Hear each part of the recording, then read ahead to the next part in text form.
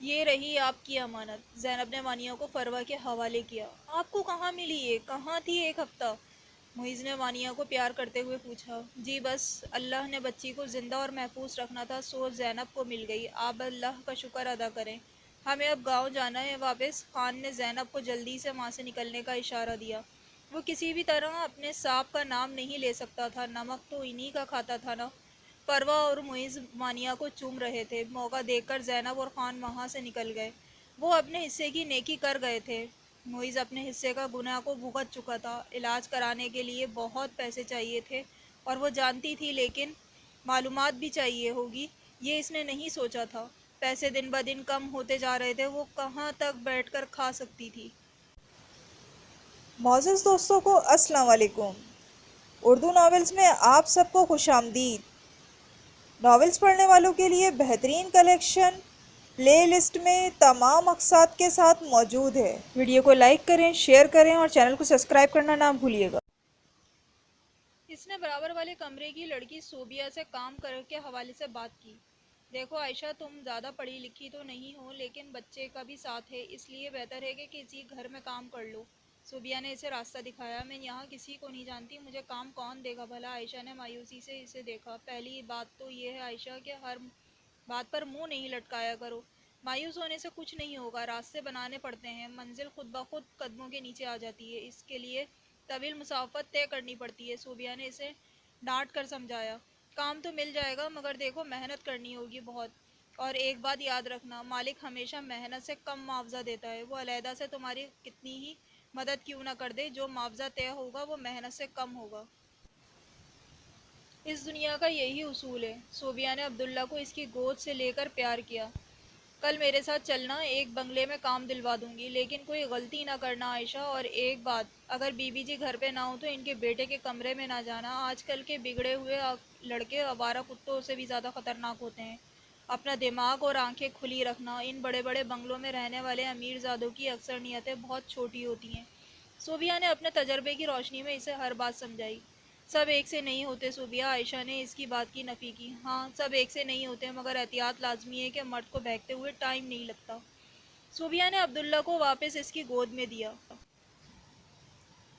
صبح ہی صوبیہ اسے اپنے ساتھ لے کر نکل گئی۔ گاڑی سگنل پر رکی تو کسی نے کھڑکی پر آ کر تالی پیٹی۔ عائشہ چونک کر پلٹی۔ خوبصورت نقوش، اجلا چہرہ، بڑی بڑی آنکھیں، لمبا سنہرے بال۔ اگر وہ مرد ہوتا تو بھی حسین ہوتا، اور اگر عورت ہوتا تو بھی ایک زمانہ اس کا دیوانہ ہوتا، بس وہ دونوں نہیں تھا۔ وہ ایک ادھوری ذات تھی۔ باجی اپنے بچے کی خوشی کے لیے کچھ دے جاؤ، وہ عائشہ سے مخاطب تھا۔ عائشہ بس اسے دیکھتی گئی۔ عبداللہ اس کا عبداللہ، اسے لگا جیسے کسی نے وقت کا پہیہ گھمایا ہو اور عبداللہ بڑا ہو گیا ہو۔ اس کا جسم کانپ گیا۔ عائشہ نے جلدی سے عبداللہ کو اپنی چادر میں لپیٹ لیا۔ ارے باجی بچے کا صدقہ ہی دے جاؤ، وہ تالی پیٹ پیٹ کر اسے دعائیں دینے لگا۔ کوئی کام کیوں نہیں کرتے، اتنا میک اپ چڑھا کر یوں مانگنا، کیا شرم نہیں آتی؟ عائشہ نے دکھ سے پوچھا۔ لو جی باجی، ہمیں کون کام دے گا، لوگ تو ہمیں جینے نہیں دیتے۔ وہ تلخ مسکراہٹ چہرے پر سجائے کھڑا تھا۔ کوئی تو کام ملے گا، عائشہ نے پھر پوچھ لیا۔ پیدا ہوتے ہی ماں باپ کے لیے دھبا بن گئے، بہن بھائیوں کو ہم سے شرم آنے لگی۔ بولتے بولتے وہ پل بھر کو رکا، شاید کوئی حلق میں آنسو اترا تھا۔ رشتہ دار تھوکنے لگے، محلے والے باتیں بنانے لگے، خسرا ہے، ہجڑا ہے، نامرد ہے، ماں نے کوئی گناہ کیا ہوگا جو یہ پیدا ہوا ہے، بس ایسے ہی الفاظ کسی ہار کی طرح ہمارے گلے میں ڈال کر ہمیں ننگا کیا گیا۔ اس کا لہجہ نرم ہو گیا۔ گاڑی ٹریفک جیم میں پھنسی ہوئی تھی، گاڑیوں کے ہارن، بے تحاشا شور، لیکن عائشہ کو صرف اسی کی آواز سنائی دے رہی تھی۔ وہ تو برابر میں بیٹھی صوبیہ کو بھی بھول چکی تھی۔ اماں نے اسکول میں ڈلوایا تو ماسٹر صاحب بلا کر منمانیاں کرتا۔ کلاس کے لڑکے خوب ہنستے، کبھی ڈانس کرنے کا کہتے تو کبھی یہاں وہاں ہاتھ لگا کر اپنی تسکین کرتے۔ اماں سے شکایت کی تو اماں نے اسکول سے نکلوا لیا۔ چھوٹی پھپھو کا رشتہ میری وجہ سے ٹوٹنے پر آیا تو باپ نے گھر سے نکال دیا۔ سڑکوں پر دن گزرتے، راتوں کو فٹ پاتھ پر سو جاتا۔ اس کی کہانی عائشہ سانس رک کے سن رہی تھی۔ بس وہی تو سن رہی تھی، باقی سب تو ڈرائیور کو گالیاں دیتے، ٹریفک پولیس کو کوس رہے تھے، وہ سن رہی تھی، سو وہ سنا رہا تھا۔ ایک رات کچھ شرابیوں نے نشے کی حالت میں میرا وہ حشر کیا باجی کہ آج بھی سوچوں تو میری روح کانپ جاتی ہے۔ میں مرنے کے قریب تھا جب گروہ نے مجھے سڑک سے اٹھایا، میری دوا دارو کی، بس جب سے یہی کام سیکھا ہے۔ پہلے شادیوں پر ناچ گانے کر لیا کرتے تھے، مگر اب تو یہ کام بھی اور گھر کی عورتیں اور آج کل تو دلہا دلہن نے ہی سنبھال لیا ہے، تو ہم جیسوں کو کی کیا ضرورت۔ وہ گہری ہنسی ہنستا چلا گیا۔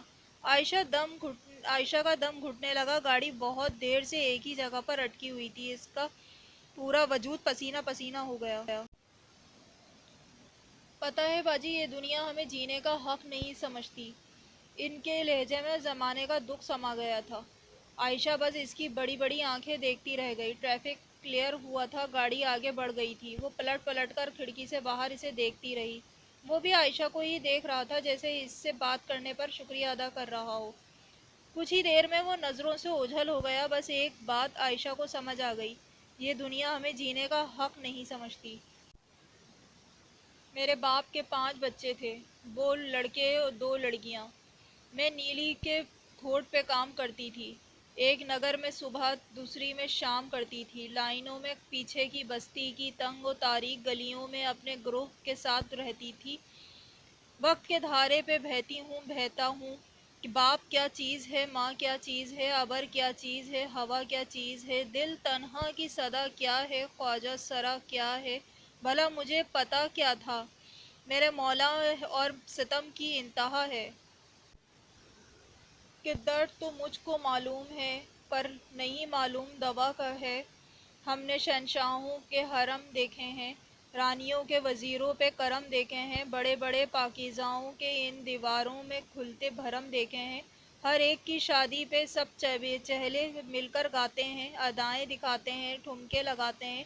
جب کسی محلے میں ہمارا کوئی ہمزاد جنم لیتا ہے، فوراً اس کو لینے پہنچ جاتے ہیں۔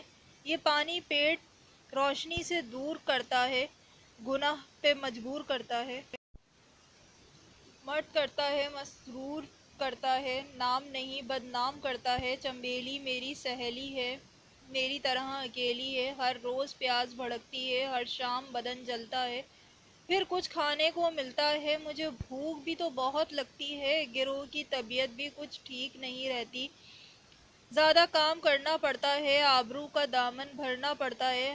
بھلا ہم جیسوں کی آبرو ہوتی ہے، مرد اور مسرور ہوا نہیں ہم جانتا۔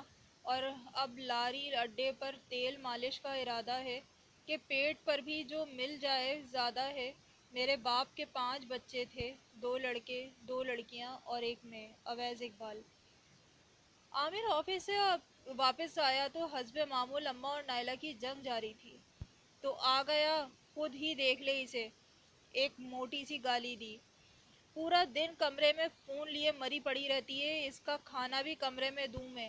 اماں عامر کے ہی انتظار میں بیٹھی تھیں۔ یہ جھوٹ ہے عامر، اماں پورے دن ٹی وی دیکھتی ہیں، سارا کام مجھے کرنا پڑتا ہے۔ نائلہ نے مظلومیت سے آنسو بہائے۔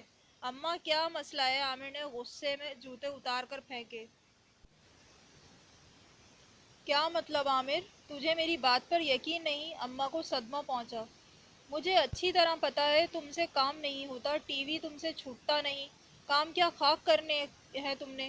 عامر نے ٹکا سا جواب دے کر انہیں لاجواب کر دیا، اور وہ نائلہ کے پیچھے کمرے میں جا چکا تھا۔ انہیں اچھی طرح سمجھ آ گئی وہ نائلہ تھی، عائشہ نہیں۔ کہانی ابھی جاری ہے۔ اردو ناولز کو سبسکرائب کرنا نہ بھولیے گا، ویڈیو کو شیئر کریں، لائک کریں۔ بہت شکریہ۔